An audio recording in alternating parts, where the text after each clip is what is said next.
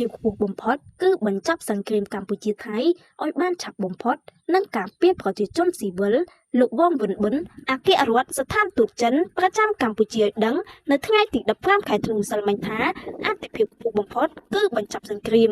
និងការពារពលរដ្ឋស៊ីវិលលោកនិយាយដោយក្តីសង្ឃឹមថាភាគីទាំងកម្ពុជានិងថៃនឹងអត់ធ្មត់ជាអតិបរមាចាត់គ្រប់វិធានការដើម្បីឈានទៅបទឈប់បាញ់ឲ្យបានកាន់តែឆាប់បំផុតដើម្បីកសាងសន្តិភាពនិងស្ថិរភាពនៅតាមព្រំដែននិងដើម្បីផលប្រយោជន៍ប្រជាជន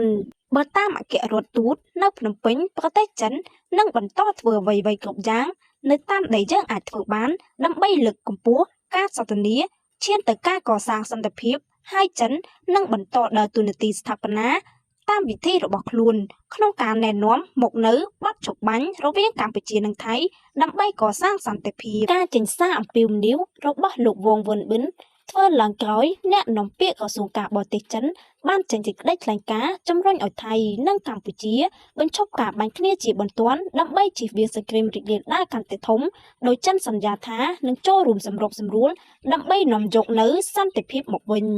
តាមរយៈប្រតិកម្មនេះមហាអំណាចចិនសង្ឃឹមថាកម្ពុជានិងថៃបញ្ចប់ការប្រយុទ្ធគ្នានិងបន្ថយភាពតានតឹងឲ្យបានឆាប់បំផុតអ្នកនាំពាក្យក្រសួងការបរទេសចិនលោកកូជីគុនបាននិយាយថាចិននឹងបន្ត